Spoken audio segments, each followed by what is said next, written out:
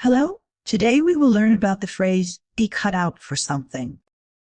It means you are naturally suited for something. For example, if you are a patient, you may be cut out for teaching.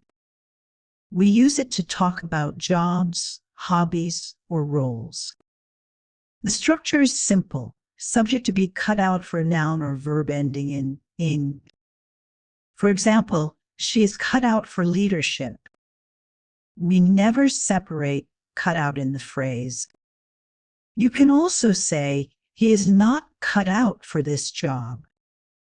This means he is not suitable for it.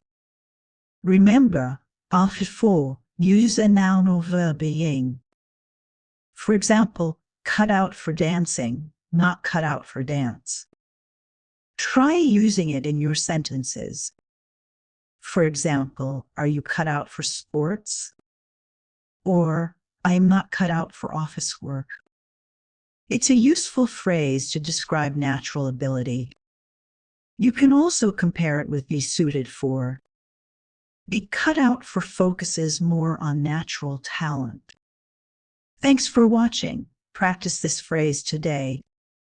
See you next time.